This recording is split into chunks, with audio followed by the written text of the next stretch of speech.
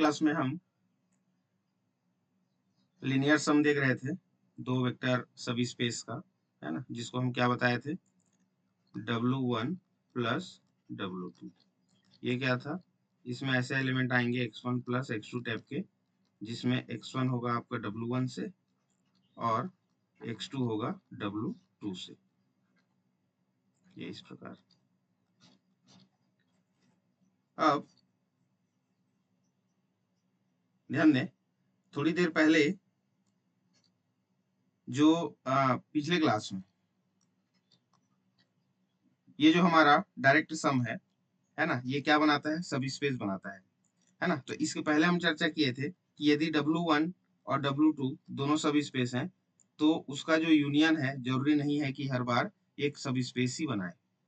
ध्यान दें। और किस चीज की इसमें कमी आई थी, इसमें कमी आई थी वेक्टर एडिशन। ये जो हमारा बाइनरी ऑपरेशन है, वेक्टर एडिशन वाली जो प्रॉपर्टी है, ये इसको होल्ड नहीं किया था, है ना, इसको जो है होल्ड नहीं किया था, इसलिए W1 और W2 का जो यूनियन है वो सब स्पेस फॉर्म नहीं किया था। ध्यान दें। अब हमने बताया कि लीनियर स्पान जो होता है किसी भी सेट का, हम पहले क्या लेके चले थे, एस लेके चले थे, x1 x2 and so on xn, किसी भी वेक्टर स्पेस का एक सबसेट है, केवल सबसेट की बात कर रहे हैं ना, जरूरी नहीं है कि सब स्पेस हो। तो ये क्या था, ये आपका सब स्पेस नहीं था, लेकिन जब इसका हम लीनियर स्पान निकाल दिए, मतलब collection of all linear combination, ये जब हम निकालते हैं तो ये हमेशा क्या फॉर्म करता है, एक सब स्पेस फॉर्म करता है। तो इसका मतलब ये हुआ कि हमारे पास एक ऐसा मशीन आ गया कि यदि एक हमारे पास सेट है, उसका यदि हम लीनियर स्पान फाइंड कर लेते हैं तो वो सब स्पेस फॉर्म करेगा हमेशा। तो उसी प्रकार यदि हमारे पास जो यूनियन है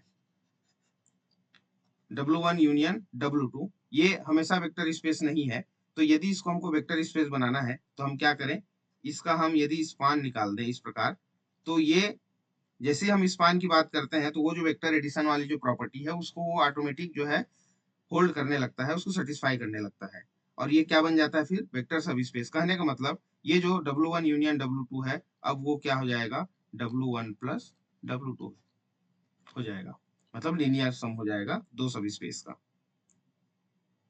तो वो जो यूनियन वाला जो कंडीशन था, जिसमें एक कंडीशन फुलफिल नहीं कर रहा था वेक्टर एडिशन वाला, अब वो वेक्टर एडिशन वाला इसके लिए होल्ड हो जाएगा।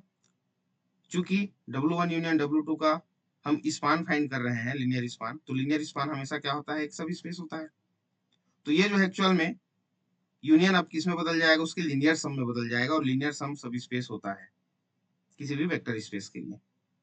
तो इसी को अपने को अगला जो पॉइंट है उसमें प्रूव करना है कि linear span of W1 union W2 ये W1 प्लस W2 के इक्वल होगा।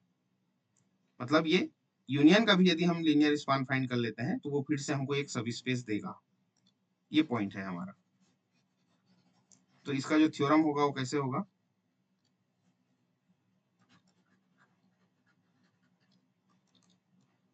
if W1 and W2 are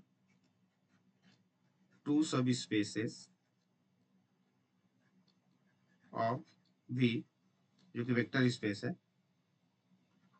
then so that W1 union W2 का हम लीनियर स्पान यदि फाइंड करते हैं तो ये इक्वल होगा W1 प्लस W2 के। ये अपने को प्रूव करना है, जो कि W1 यूनियन W2 हमारा सब स्पेस नहीं होता था, जैसे ही उसका हम लीनियर स्पान फाइंड करेंगे वो एक्चुअल में लीनियर सम की इक्वल होगा, जो कि ऑलरेडी क्या है, हमारा एक सब स्पेस है। तो इसके लिए हमको क्या क्या करना पड़ेगा, देखिए, यदि दो सेट है हमारे पास A और B, और इन दोनों को इक्वल दिखाना है, तो आप जान रहे हैं स्कूल लेवल पे A is subset of B दिखा दिए and B is also subset of A यदि हम दिखा देते हैं, तो इन दोनों की मदद से ये जो दो सेट है ये इक्वल हो जाते हैं, है ना। तो यहाँ पे W1 यूनियन W2 का लीनियर स्पान ये भी अपने आप में एक सेट है, और W1 प्लस W2 ये भी अपने आप में एक सेट है। तो इन दोनों को यदि हम इक्वल दिखाना है तो हमको एक दूसरे का सबसेट दिखाना है पहले। तो सबसेट दिखाने के लिए सबसे पहला पॉइंट जो हम शुरू करेंगे, पहले पॉइंट से,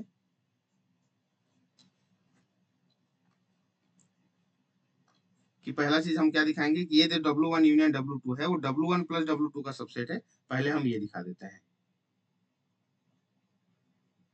चलिए, तो प्रूफ में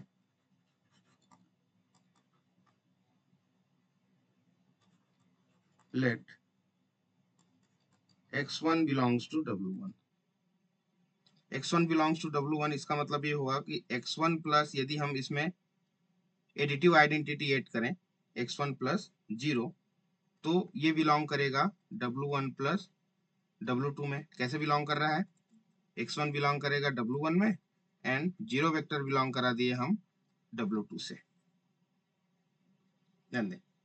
अब इसका क्या मतलब हुआ कि ये जो x1 है ये बिलोंग कर जाएगा W1 प्लस W2 में। ध्यान देना कैसे बिलोंग कर रहा है। W1 प्लस W2 में कैसे एलिमेंट होंगे? x1 प्लस x2 जैसा, जिसका x1 जो है W1 से आएगा और x2 W2 से आएगा। ध्यान दें, हम x1 जो है W1 से लेके चले और प्लस 0 कर दिए। 0 क्या है यहाँ पे? एडिटिव आइडेंटिटी है ना, तो हम ऐड कर सकते हैं, वैल्यू चेंज नहीं होगा। तो x1 प्लस 0 किए तो x1 भी किस में चला गया? आपका W1 प्लस W2 में। पहले पॉइंट को हमने W1 का एलिमेंट दिखा दिया और 0 को W2 का एलिमेंट दिखा दिया। तो ये इस टाइप का एलिमेंट किस में जाता है? इसके लीनियर सम में। तो x1 भी किस में चला गया? लीनियर सम में चला गया। अब देखिए हमने क्या किया था कि एक एलिमेंट हम W1 से लेके चले। ध्यान देंगे, एक एलिमेंट हम कहां से लेके चले? W1 से चले और उसको हम किसका दिखा दिए? W1 प्लस W2 का दिखा दिए। सिमिलरली यदि हम x2 W2 से लेके चलेंगे तो इसको हम कैसे दिखा सकते हैं?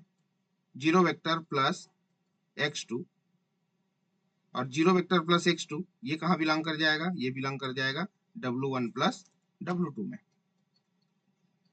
W1 प्लस W2 में। ध्यान दें, ये भी x1 प्लस x2 जैसा दिखाई दे रहा है, तो जाहिर सी बात है W1 प्लस W2 का मेंबर हो जाएगा।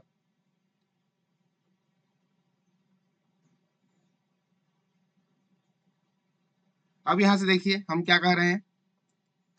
ये पॉइंट हम W1 से x1 लेके चले थे और इस x1 को W1 प्लस W2 का दिखा दिए। इसका मतलब ये हुआ कि W1 जो है सबसेट हो जाएगा W1 प्लस W2 का। इसी प्रकार यहाँ पे x2 भी कहाँ बिलोंग कर गया? W1 प्लस W2 में। इसका क्या मतलब है कि हमने एक एलिमेंट W2 से उठाया और वो जो है W1 प्लस W2 में भी बिलोंग कर गया। तो यहाँ से हम लिख सकते हैं कि ये जो W2 है ये भी सबसेट है W1 प्लस W2 का। ध्यान देंगे इसको। तो यहाँ से देखिए पहला पॉइंट कि W1 सबसेट है W1 प्लस W2 का, और पॉइंट नंबर 2 से यहाँ से भी W2 सबसेट हो गया W1 प्लस W2 का।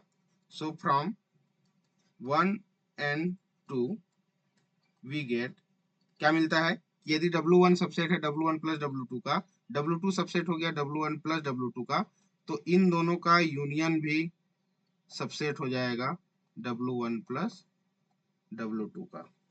बताइए यहां तक ये वाले पॉइंट समझ आएगा सभी को? इन दोनों का यूनियन भी सबसेट हो जाएगा W1 प्लस W2 का।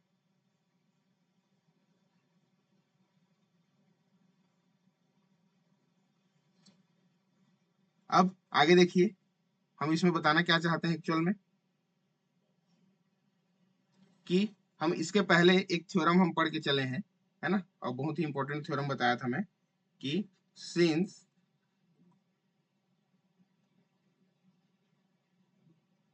linear span of W1 union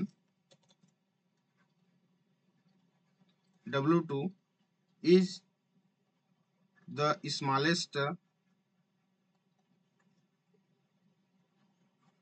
subspace of vector space containing W1 union W2। देखिए ये थ्योरम हम पिछले क्लास में पढ़ के आए हैं कि ये हमारा वेक्टर स्पेस हो गया V, और इसके अंदर कोई सेट है S। तो इस S को कंटेन करने वाला सबसे छोटा जो वेक्टर सब स्पेस होता है वो उसका लीनियर स्पान होता है। हम इसको पढ़ के आए हैं। किसको कंटेन करने वाला? S को कंटेन करने वाला। तो S के जगह में हम किसको चेंज करेंगे? S के जगह में हम चेंज करेंगे इसके यूनियन को। क्या हो जाएगा, ये हो गया हमारा W1 यूनियन W2, और इसको कंटेन करने वाला सबसे स्मॉलेस्ट जो सब स्पेस होगा वो इसका स्पान होगा, W1 यूनियन W2, ऐसा सबसे स्मॉलेस्ट में जैसे जो हम सीक्वेंस को जैसे रिप्रेजेंट करते हैं ना, वैसे भी इसको शो करते हैं। ये हो गया इतना। एंड W1 प्लस W2 इस सब स्पेस, और एक ऐसा सब स्पेस है कंटेनिंग W1 यूनियन W2। देखिए यहाँ पे पॉइंट नंबर 3 लिख देते हैं इसको। हमने क्या दिखा दिया कि W1 यूनियन W2 को ऑलरेडी कौन कंटेन कर रहा है, W1 प्लस W2 कंटेन कर रहा है, और हम जान रहे हैं कि W1 यूनियन W2 का जो सबसे छोटा जो स्मॉलेस्ट सब स्पेस होता है वो क्या होगा, उसका लीनियर स्पान होगा, जो कि क्या करता है, उस सेट को कंटेन करता है, मतलब W1 यूनियन W2 को। तो इन दोनों पॉइंट से हम क्या बता सकते हैं कि ये जो लीनियर स्पान होगा W1 यूनियन W2, ये भी सबसेट हो जाएगा W1 प्लस W2 का। और इस पॉइंट को हम नाम दे रहे हैं इक्वेशन नंबर 4। बताइए इक्वेशन नंबर 4 समझ आया क्या सभी को?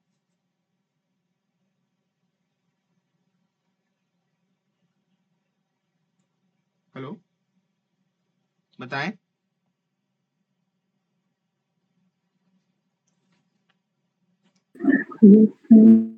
है ना, एक्चुअल में ऐसा हो रहा है, ये कैसा हो रहा है कि W1 यूनियन W2 को कंटेन कर रहा है कौन, linear span of W1 union W2, और ये सबसेट हो रहा है W1 प्लस W2 का।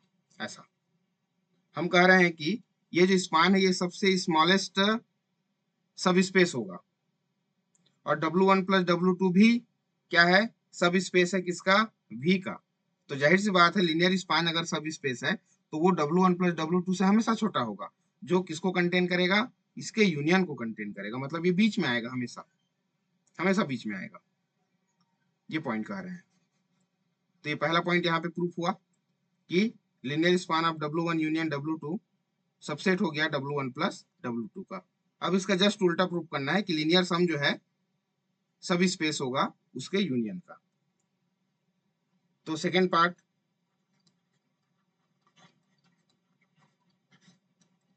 को प्रूव करने के लिए, to show W1 plus W2 is subset of linear span of W1 union W2। क्या करते हैं हम, इसको इसका सबसेट दिखाना है तो W1 प्लस W2 से एक हम एलिमेंट लेके चलेंगे और उसको लीनियर स्पान का एलिमेंट दिखा देंगे W1 यूनियन W2 का, तो ऑटोमेटिक सबसेट हो जाएगा। तो लेट एक हम एलिमेंट ले लेते हैं W1 प्लस W2 से, देन यदि हम x W1 प्लस W2 से लिए हैं तो x दिखने में कैसा होगा, ये होगा x1 प्लस x2 जैसा। ध्यान देना इसको,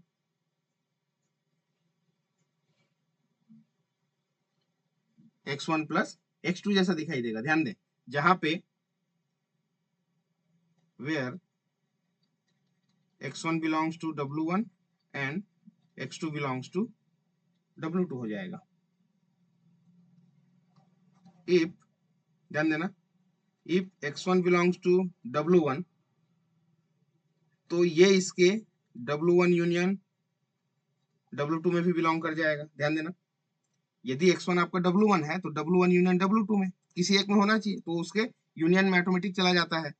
एंड यदि x2 बिलोंग करता है आपका W2 में तो यहां से x2 फिर से बिलोंग कर जाएगा W1 यूनियन W2 में। ध्यान दें इसको कि x1 यदि W1 में है तो उसके यूनियन में जाएगा दोनों के, और x2 भी यदि W2 में है तो x2 भी किस में चला जाएगा, उसके यूनियन में चला जाएगा। तो इन दोनों से हम कह सकते हैं सो x1 x2 both belongs to W1 union W2। Now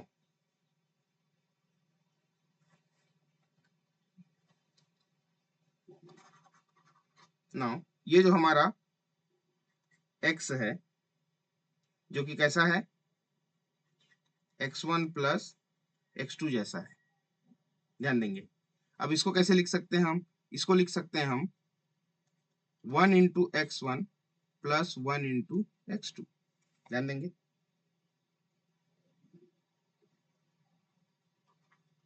कहने का मतलब कैपिटल X जो कि x1 प्लस x2 है, उसके लिए हमने दो एलिमेंट अल्फा 1 एंड अल्फा 2 ऐसा एग्जिस्ट करा दिया कि ये उसके किस फॉर्म में लिखा जा रहा है, ये लीनियर कॉम्बिनेशन के फॉर्म में लिखा जा रहा है। सो X is linear combination of element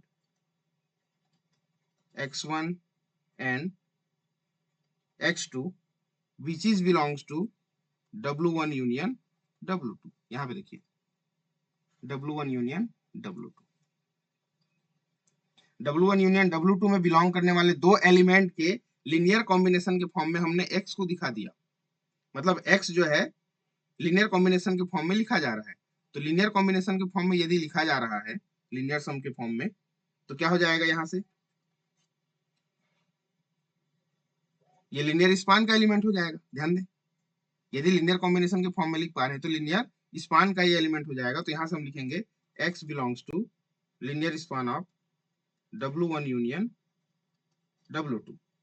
तो हम स्टार्ट कहां से किए थे, देखिए हमने लीनियर सम से एक एलिमेंट उठाया और उस एलिमेंट को दोनों सब स्पेस के यूनियन के लीनियर स्पान का एलिमेंट हम दिखा दिए यहां से। सो क्या हो जाएगा ये कि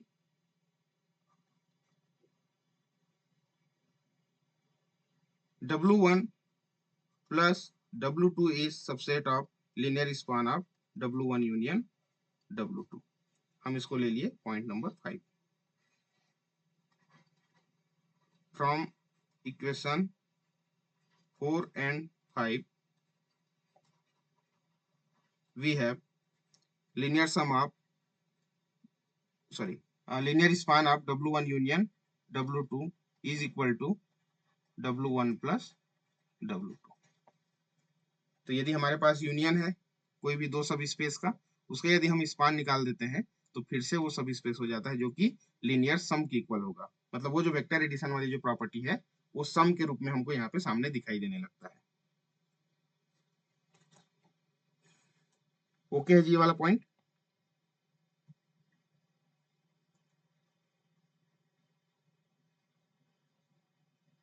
हेलो, देखिए किसका एलिमेंट कैसे दिखता है ना, उस चीज को समझना है आपको। जैसे हमने क्या प्रूव किया यहाँ पे कि W1 plus W2 is a subset of linear span of W1 union W2।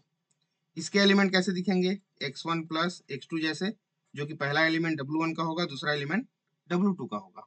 अब इसके एलिमेंट कैसे दिखेंगे, इसके एलिमेंट दिखेंगे alpha 1 x1 plus alpha 2 x2 and so on alpha N X N type के दिखेंगे। मतलब वो सारे एलिमेंट यहाँ पे आ जाएंगे लीनियर स्पान में जो लीनियर कॉम्बिनेशन के फॉर्म में लिखे जा सके, वो भी किसके, W1 यूनियन W2 के एलिमेंट के।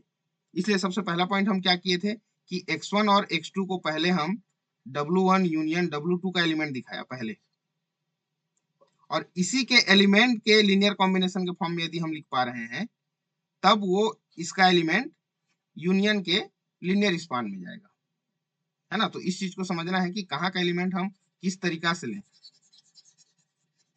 चलिए नेक्स्ट अब जो हमारा पॉइंट है वो भी इंपॉर्टेंट पॉइंट है और वो है डायरेक्ट सम ऑफ टू सब spaces.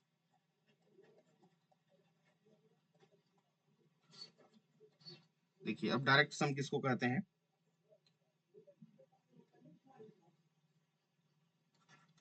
a vector space V over F is said to be direct sum of two subspaces। और वो सब स्पेसेस क्या क्या है, W1 and W2 which is denoted by, कैसे डिनोट करेंगे, डिनोटेड बाई W1 प्लस, ऐसा इसको सर्कल में प्लस को रखेंगे, W2 if every element of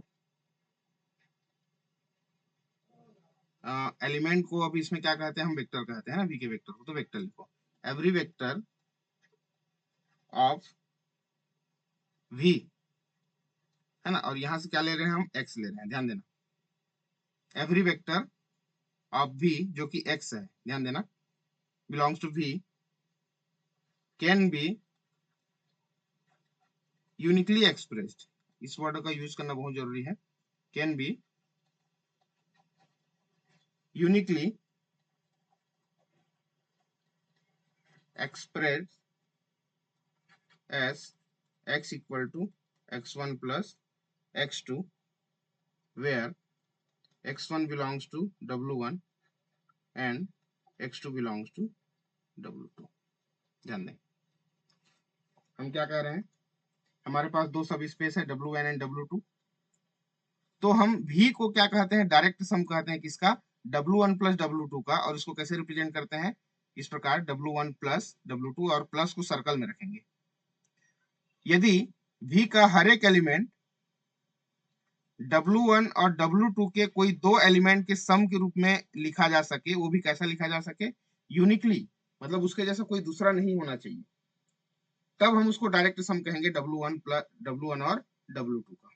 ये डेफिनेशन हो गया, है ना। हम कोई भी एलिमेंट उठा लें, वेक्टर एलिमेंट कहां से, V से, वेक्टर स्पेस से, और उसको उसके सब स्पेस के दो एलिमेंट के यूनिकली सम के रूप में यदि हम दिखा पाते हैं, तो वो कहलाएगा आपका डायरेक्ट सम, डायरेक्ट सम कहलाएगा, ध्यान देना, यूनिकली एक्सप्रेस्ड। जैसे कि इसमें हम एग्जांपल लेके चलते हैं, पहला एग्जांपल, हम एक सब स्पेस लेके चल रहे हैं V3R, और इसमें एलिमेंट कैसे होते हैं, 3 टपल में होंगे, एक्स वाई जेड टाइप के, वेयर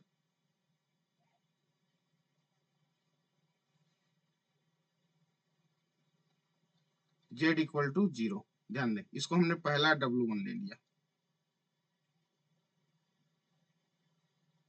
ठीक है, और इसको हम सम के फॉर्म में दिखाना चाहते हैं एक और सब स्पेस के, और वो कैसा है, एक्स वाई जेड टाइप का है, वेयर एक्स इक्वल टू 0, और इसको हम ले लिए W2।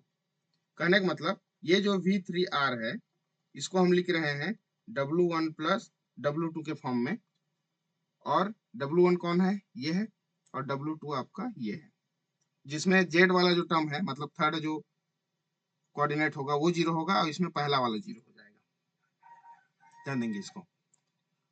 तो हमको देखना है कि क्या हम इसके डायरेक्ट सम के फॉर्म में इसको लिख पाएंगे, और डायरेक्ट सम के फॉर्म में यदि लिख पा रहे हैं तो ये यूनिकली एक्सप्रेस्ड होना चाहिए, हम उसको यूनिकली लिख पाए, कोई दूसरा उसके जैसा ना हो, ध्यान दें, है ना। तो इसके एलिमेंट दिखने में कैसे होंगे, देखिए, इसके जो एलिमेंट होंगे दिखने में कैसे होंगे, ये होगा एक्स वाई 0 टाइप का, क्योंकि जेड वाला एलिमेंट यहाँ पे 0 रखना है, और इसका जो एलिमेंट होगा दिखने में होगा 0 वाई जेड टाइप का, देखिए वैसे डिफाइन किया गया है इसको, और ये अपने आप में सब स्पेस होते हैं, है ना।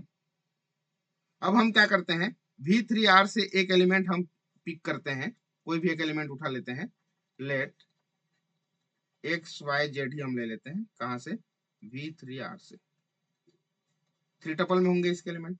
अब इसको हमको इन दोनों के सम के फॉर्म में एक्सप्रेस करना है, वो भी यूनिकली, यदि यूनिकली है तो ये इसका डायरेक्ट सम हो जाएगा W1 प्लस W2 के फॉर्म में, और यदि यूनिकली हम एक्सप्रेस नहीं कर पाते हैं तो ये डायरेक्ट सम फिर नहीं कहलाएगा, है ना। तो जैसे हम एक्स वाई जेड को लिखते हैं, ध्यान देंगे, एक्स वाई जेड को हम लिखना चाहते हैं, तो इसको क्या लिख सकते हैं हम, देखो, एक्स वाई बाई 2, और इसको 0 कर दिए, प्लस 0, फिर से वाई बाई 2 किया और इसको जेड कर दिए। देखिए, ध्यान देना, यदि इन दोनों को हम ऐड करें तो x प्लस पहला एलिमेंट पहले से ऐड होगा, तो x plus 0, sorry x plus 0 x हो जाएगा, y by 2 plus y by 2 करेंगे तो ये हो जाएगा y, और 0 प्लस जेड करेंगे तो हमको मिल गया z। ध्यान दें, हम किस बात को ध्यान रखे हैं कि हमारा जो पहला सब स्पेस है उसका तीसरा कंपोनेंट 0 होना चाहिए, हमने तीसरा कंपोनेंट 0 ले लिया। दूसरा जो सब स्पेस है उसका पहला कंपोनेंट 0 होना चाहिए, हमने पहला कंपोनेंट को 0 ले लिया, देखिए अब दोनों को सम करेंगे तो हमको V3R का एलिमेंट मिल गया और हमने इसको एक्सप्रेस कर लिया इन दोनों के सम के रूप में। अब हमको चेक करना है कि क्या ये यूनिक है, क्या ये यूनिक है। तो देखिए हम एक्स वाई जेड को कुछ और तरीके से भी लिख सकते हैं। कैसे लिख सकते हैं? एक्स वाई बाई 4 लिख दो और इसको कर दो 0, ठीक है। प्लस दूसरे सब स्पेस में पहला कंपोनेंट 0 होना चाहिए, हम कर दिए 0। और y बाई 4 में y लाने के लिए हमने क्या किया? 3y बाई 4 कर दिया इसको, और यहाँ पे हम ले लिए z। देखिए x प्लस 0 फिर से x, y by 4 3y by 4 add करेंगे तो 4y बाई 4 मतलब 4 4 कैंसिल, तो फिर से y और 0 प्लस जेड इक्वल टू किया तो फिर से z, तो एक्स वाई जेड फिर मिल गया। मतलब हमको एक और तरीका मिल गया एक्स वाई जेड को रिप्रेजेंट करने का, लिखने का। और हमारा डेफिनेशन कहता है कि यूनिकली एक्सप्रेस्ड W1 और W2 के दो एलिमेंट के सम के फॉर्म में यूनिकली दिखाई देना चाहिए। हम उसको और दूसरे तरीके से ना लिख पाए तब ये डायरेक्ट सम कहलाएगा। तो ये जो हमारे पास वेक्टर स्पेस है V3R, ये जो गिवन दो सब स्पेस है W1 और W2, इसका डायरेक्ट सम नहीं है ये, है ना। मैं कंट्राडिक्शन वाला एग्जांपल पहले लेके चला हूं, इसका डायरेक्ट सम नहीं है क्योंकि हम इसको यूनिकली एक्सप्रेस नहीं कर पा रहे हैं और कई तरीके से इसको हम लिख पा रहे हैं, है ना। इसको और क्या तरीके से लिख सकते हो आप? देखिए इसको आप लिख सकते हो एक्स वाई बाई 3 जीरो कर दिए, प्लस जीरो करके इसको आप 2y बाई 3 कर दो और z कर दो। देखिए फिर से y बाई 3 2y बाई 3 को जोड़ेंगे तो ये आपका y हो जाएगा, ये z हो जाएगा, ये x हो जाएगा। एक और तरीका मिल गया।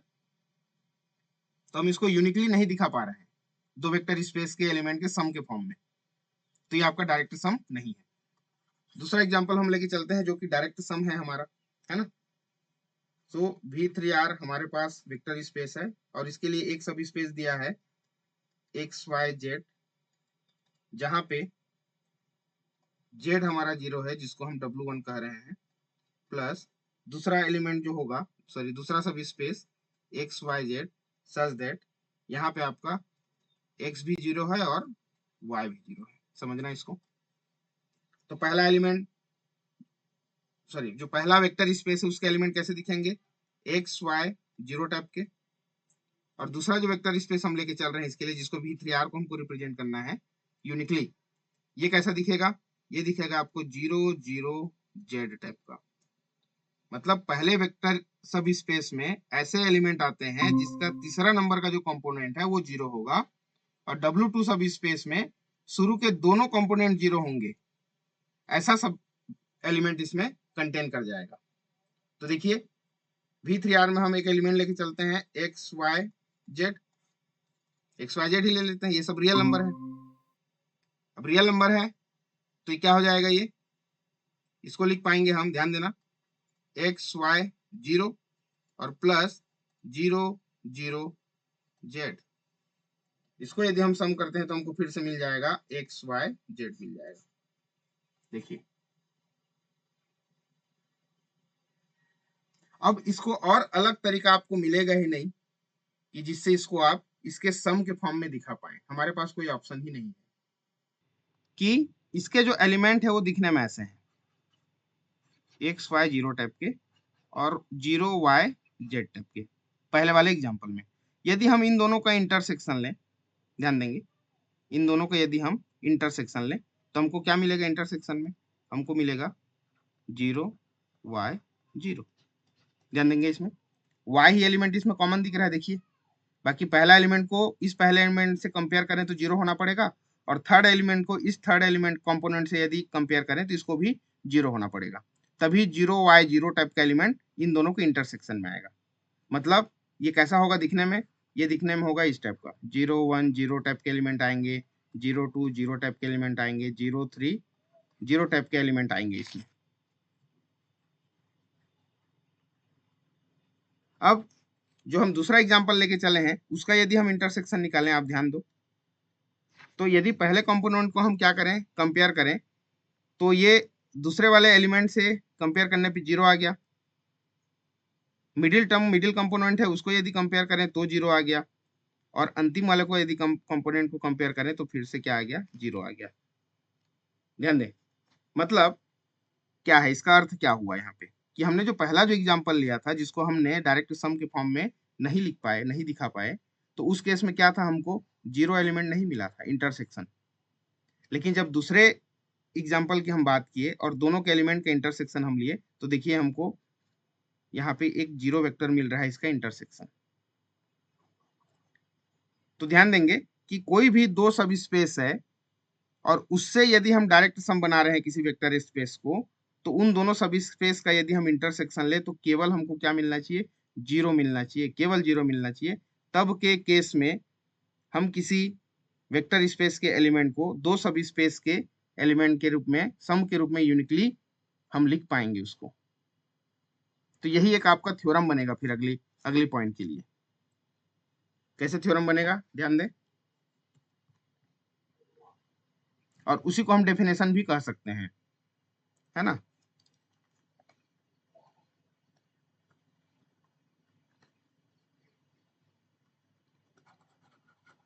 थ्योरम ये क्या हो जाएगा, late W1 and W2 be two sub spaces of V F, then V equal to W1 plus W2। इसका क्या मतलब है, V के हर एक एलिमेंट को W1 और W2 के सम के रूप में हम यूनिकली एक्सप्रेस्ड कर पा रहे हैं, मतलब डायरेक्ट सम के फॉर्म में लिख पा रहे हैं। कब लिख पा रहे हैं, इफ एंड ओनली इफ, पहला केस कि V जो है आपका W1 प्लस W2 होना चाहिए, एक तो लीनियर सम के फॉर्म में हम लिख पाए, एंड नंबर 2 W1 और W2 का यदि हम इंटरसेक्शन लें तो हमको हमेशा एक सिंगलटन एलिमेंट मिलना चाहिए, सिंगलटन सेट, जो कि उसमें क्या होना चाहिए, जीरो कंटेन होना चाहिए, केवल जीरो कंटेन होना चाहिए। ये एक थ्योरम बन गया। अभी जो हमने एग्जांपल देखा डायरेक्ट सम का, उसी से इसको समझना है। तो इसमें दो पार्ट हो गए कि यदि डायरेक्ट सम के पार्ट फॉर्म में हम लिख पा रहे हैं तो ये दोनों पॉइंट फुलफिल होगा, और यदि ये दोनों पॉइंट किसी कंडीशन को सेटिस्फाई कर लेते हैं किसी वेक्टर स्पेस के लिए, तो उसको हम डायरेक्ट सम के फॉर्म में लिख पाएंगे। दो तरीके से प्रूफ होगा, पहला पार्ट और second part. Necessary and sufficient condition है ये, है ना, कि कोई भी वेक्टर स्पेस को हम डायरेक्ट सम किसी दो सब स्पेस का कब कह रहे हैं, तब के केस में। तो पहला केस इसमें हो जाएगा प्रूफ में, देखिए फर्स्ट पार्ट में हम डायरेक्ट सम लेके चल रहे हैं, let V equal to W1 plus W2। तो यहां से हम क्या कर रहे हैं, इसका मतलब ये है कि V से यदि हम कोई एलिमेंट लेंगे तो उसको हम W1 और W2 के एलिमेंट के सम के फॉर्म में लिख पाएंगे, मतलब x1 प्लस x2। और ये क्या है, bye the definition of direct some, by the definition of direct sum, every x belongs to V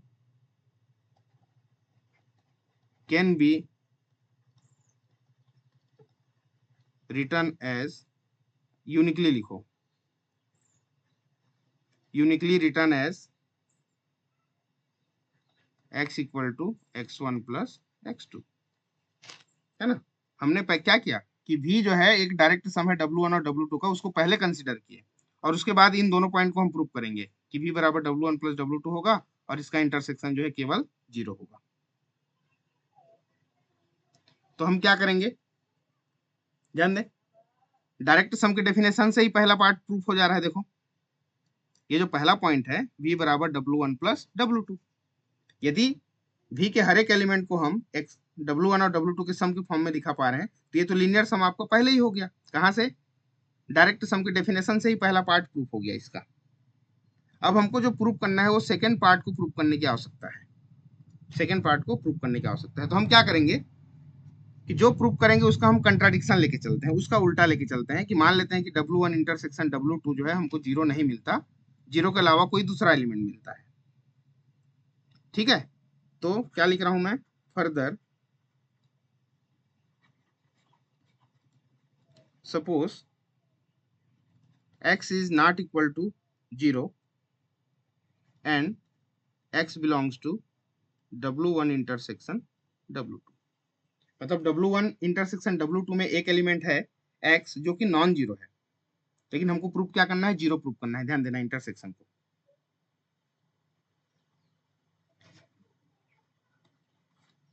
तो x किस में चला जाएगा आपका, x बिलोंग्स टू V। क्यों जाएगा, क्योंकि W1 इंटरसेक्शन W2 ऑलरेडी क्या होता है, सब स्पेस होता है। हम पहले भी थ्योरम पढ़ चुके हैं कि यदि W1 W2 दो सब स्पेस हैं तो उसका इंटरसेक्शन भी सब स्पेस होता है। तो W1 इंटरसेक्शन W2 सबसेट हो जाएगा V का, और यदि x W1 इंटरसेक्शन W2 में आता है तो कहाँ चला जाएगा, वो V में भी चला जाएगा, क्योंकि ये सबसेट है आपका V का। ऐसा भी लिख सकते हो, है ना। तो यहाँ से क्या हो जाएगा, ये जो x एलिमेंट हम लेके चले हैं जो कि नॉन जीरो है, ये किस में जा रहा है, V में जा रहा है। एंड ध्यान देना, इस x को हम कैसे लिख पाएंगे, 0 प्लस x लिख पाएंगे, such that 0 belongs to W1 and x belongs to W2। and x को हम ऐसा भी लिख सकते हैं, x plus 0 such that x belongs to W1 and 0 belongs to W2। क्या दिखाना चाह रहे हैं हम दिखाना ये चाह रहे हैं कि x को हम दो तरीके से लिख पा रहे हैं, 0 प्लस एक्स के फॉर्म में भी और x प्लस 0 के फॉर्म में भी। लेकिन डायरेक्ट सम का डेफिनेशन क्या कहता है, डायरेक्ट सम का डेफिनेशन कहता है कि वेक्टर स्पेस के हर एक एलिमेंट को उसके दो सब स्पेस के यूनिकली हम लिख पाएंगे सम के फॉर्म में। और यहाँ देखिए हम इसको दो तरीके से लिख पाए, तो क्या v हमारा डायरेक्ट सम होगा, नहीं होगा। जिसको हम डायरेक्ट सम लेके चल रहे हैं उसका क्या हो गया, ये कंट्राडिक्शन हो गया, है ना। तो कंट्राडिक्शन हो गया, तो जो हम मान के चले हैं कि x जो है नॉन जीरो है वो हमारा गलत हो जाएगा। तो x एक्चुअल में क्या होगा, जीरो ही होगा। मतलब इसके इंटरसेक्शन में जीरो एलिमेंट ही आएगा, तभी हम इसको डायरेक्ट सम के फॉर्म में एक्सप्रेस कर पाएंगे, वो भी यूनिकली, तब वो डायरेक्ट सम होगा, है ना। तो इसको लिखने का तरीका कैसा होगा, ये आपका हो जाएगा x belongs to V can be written in two different ways, which is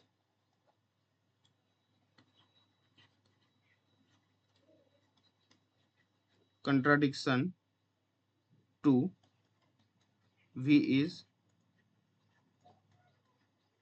direct sum of W1 and W2।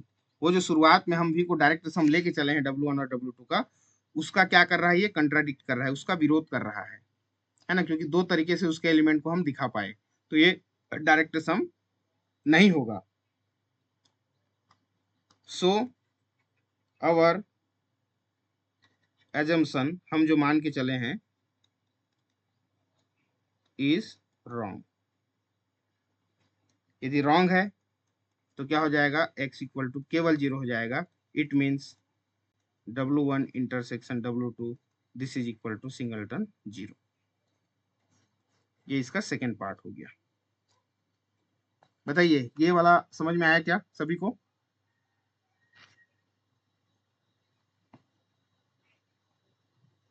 Hello,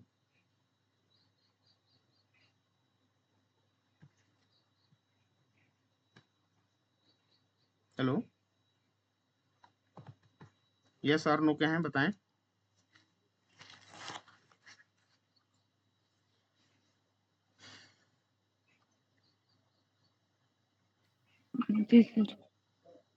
ठीक, थ्योरम आसान है, चीजों को समझना है, छोटी मोटी बातें हैं उन्हीं को हम लेके चल रहे हैं। अब इसका देखिए सेकेंड पार्ट।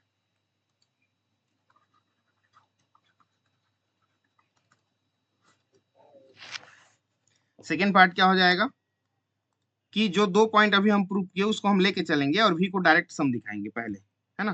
तो क्या कर रहे हैं हम, late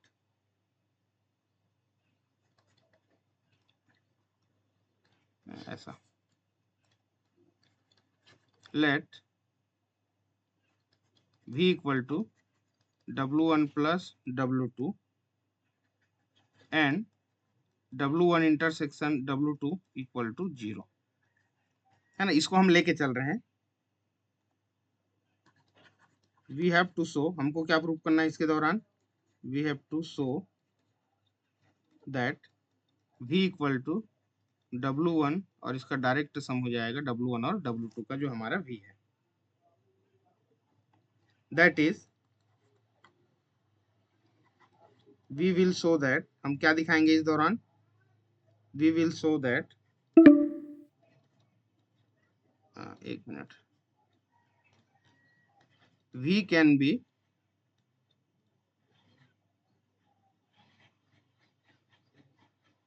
uniquely expressed as x equal to x1 plus x2, where x1 belongs to W1 and x2 belongs to W2। Direct sum का डेफिनेशन ही हमको इसको शो करना है कि V के हर एक एलिमेंट को हम W1 और W2 के दो एलिमेंट के सम के फॉर्म में दिखा पाए, वो भी यूनिकली दिखा पाए। ध्यान देंगे इस चीज को। अब यूनिकली दिखाने के लिए हमको क्या करना पड़ेगा, जैसे इसके पहले भी कई क्लासेस में आप लोग देखे होंगे कि किसी चीज को हमको यूनिक दिखाना है तो हम क्या करते हैं कि जैसे हम कह रहे हैं कि ए जो कोई सेट है वो एक यूनिक सेट है, तो हम क्या करते हैं उसके ही जैसा एक और सेट सपोज हम मान लेते हैं और लास्ट में इन दोनों को हम क्या दिखा देते हैं, इक्वल। कि यदि हम कोई दूसरा सेट भी लेके चल रहे हैं किसी सेट का सबसेट, तो एक सबसेट और एग्जिस्ट करता है, लेकिन एग्जिस्ट करता है तो कैसा होता है, वो पहले सबसेट के जैसा इक्वल ही हो जा रहा है। अब यदि दोनों इक्वल हो जाएंगे मतलब इसके जैसा कोई अलग से हमको सबसेट नहीं मिलेगा, मतलब वही सेट मिलेगा, तो ये क्या हो जाता है, ये यूनिक हो जाता है फिर ये, है ना। तो वही काम हम यहाँ पे करेंगे कि किसी एक एलिमेंट को W1 और W2 के दो एलिमेंट के सम के फॉर्म में यदि लिख पाएंगे तो वो यूनिक होगा। उसको दिखाने के लिए हम कुछ प्रोसेस इसमें आगे कर रहे हैं, ध्यान देना। हमको इक्वल दिखाना है उसके एलिमेंट को, यदि हम लिख भी पा रहे हैं अलग तरीके से तो उसको इक्वल दिखाना है। सो लेट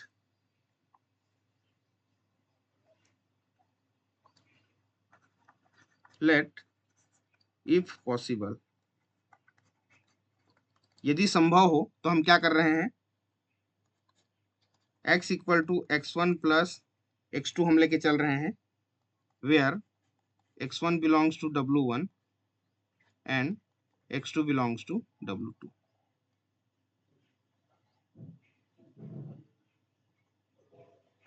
एंड इसी x को हम y1 प्लस y2 के फॉर्म में हम लिख रहे हैं, where y1 belongs to W1 and y2 belongs to W2। ध्यान देना इसको, हम क्या कर रहे हैं, इसी x को दो तरीके से हम लिख रहे हैं, x1 प्लस x2 के फॉर्म में, सम के फॉर्म में, और y1 प्लस y2 के सम में फॉर्म में। और हम क्या करेंगे, ये जो x1 है ये y1 की इक्वल हो जाएगा और x2 जो है ये y2 की इक्वल हो जाएगा। ये यदि हम दिखा देंगे तो ये दोनों एलिमेंट क्या हो जाएंगे, यूनिक हो जाएंगे। x1 भी यूनिक हो जाएगा और x2 भी यूनिक हो जाएगा और इसका सम भी फिर यूनिक हो जाएगा।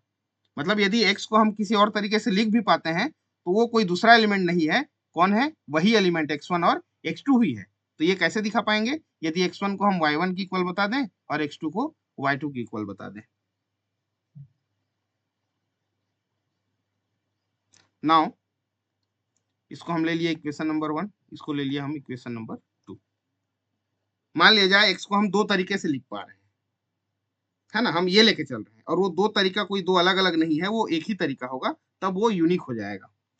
सो बाई 1 एंड 2, देखिए इसका लेफ्ट हैंड साइड इक्वल है तो राइट हैंड साइड भी इक्वल हो जाएगा। तो क्या लिखेंगे इसको हम, x1 plus x2 this is equal to y1 plus y2। अब 1 1 को एक तरफ ले लो, x1 minus y1 this is equal to x2 minus y2 minus x2, sorry, ये आपको हो जाएगा y2 minus x2। Since W1 and W2 are subspace, और यदि सब स्पेस है तो आपका x1 y1 यदि आपका W1 में बिलोंग कर रहा है तो x1 माइनस y1 भी w1 में बिलोंग करेगा। ध्यान दे, वन स्टेप टेस्ट, अल्फा की जगह हम 1 ले लिए और बीटा की जगह क्या ले लिए, -1। तो क्या होता है one step test, alpha x plus beta y भी उस सब स्पेस में बिलोंग कर जाता है, वेक्टर स्पेस। तो ये सब स्पेस कहलाता है। और पहले से कह रहे हैं कि W1 क्या है, सब स्पेस है। और यहाँ देखिए हमने क्या किया, x1 W1 का एलिमेंट है, y1 भी W1 का एलिमेंट है, तो उनका जो डिफरेंस होगा वो भी W1 में जाएगा by the definition of subspace, या फिर क्या है one step test. And x2 and y2 belongs to W2, equation 1 और 2 से देखिए, तो यहाँ से x2 माइनस y2 भी आपका W2 का एलिमेंट होगा।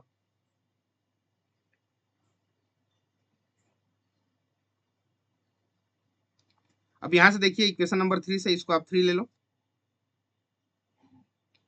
It means x1 minus y1 equal to x2 minus y2, ये दोनों एक दूसरे की इक्वल है, मतलब W1 इंटरसेक्शन W2 में बिलोंग कर जाएगा। ध्यान दें, x1 माइनस y1 W1 में जा रहा है, x2 माइनस y2 W2 में जा रहा है। और हमने यहाँ पे इक्वेशन नंबर 3 से बताया कि x1 माइनस y1 और y2 माइनस x2, अच्छा मैं लिखने का तरीका बदल दिया, सॉरी, इसको ऐसा करो, इसको करो आप y2 माइनस x2 करो, वही मतलब है। y2 माइनस x2 किस में जाएगा, W2 में चला जाएगा। इसको भी चेंज करो, ये आपको हो जाएगा y2 माइनस x2 हो जाएगा। तो ये दोनों इक्वल हैं, और एक W1 में भी जा रहा है और W2 में जा रहा है, और दोनों सेम है, मतलब उसके इंटरसेक्शन में भी जाएगा, ये इसके इंटरसेक्शन में जाएगा। अच्छा, लेकिन हमने क्या लेके चला है कि इसका इंटरसेक्शन को हम 0 लेके चल रहे हैं शुरुआत से, लेट किए हैं ना, ध्यान देना क्या क्या लेट किए हैं शुरुआत में। Let v equal to W1 plus W2 लिए हैं, और W1 इंटरसेक्शन W2 को हम 0 लेके चले हैं, मतलब इसमें केवल 0 एलिमेंट आ रहा है। हम ये पहले कंसीडर करके चले हैं सेकेंड पार्ट में, और हम यहाँ पे W1 इंटरसेक्शन W2 में एक और एलिमेंट दिखा दिए, कौन सा, ये वाला एलिमेंट x1 माइनस y1 और y2 माइनस x2, जो कि दोनों एक दूसरे के इक्वल हैं। लेकिन इसके इंटरसेक्शन में कौन जाएगा, केवल 0 जाएगा। तो क्या हो जाएगा, ये x1 minus y1 this is equal to y2 minus x2, और ये क्या होगा, एक्चुअल में 0 होगा। तो जब अलग अलग पार्ट लेके चलेंगे, x1 minus y1 equal to 0 और y2 minus x2 equal to 0 करेंगे, तो यहाँ से देखिए x1 इक्वल टू y1 हो जाएगा, और यहाँ से x2 इक्वल टू y2 हो जाएगा। और यही हम चाहते थे कि यदि हम x को x1 प्लस x2 लिख पा रहे हैं, और साथ ही साथ y1 प्लस y2 भी यदि लिख पा रहे हैं, और ये दोनों एलिमेंट सेम हो जाएं, तो इसका मतलब ये हुआ कि x जो है यूनिकली एक्सप्रेस्ड हो रहा है। कैसे, x1 और x2 के सम के फॉर्म में। सो any x belongs to V can be written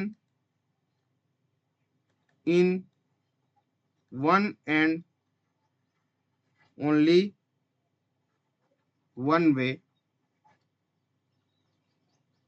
as x equal to x1 plus x2। So v equal to आपका हो जाएगा W1 direct sum W2 by the definition of direct sum, है ना।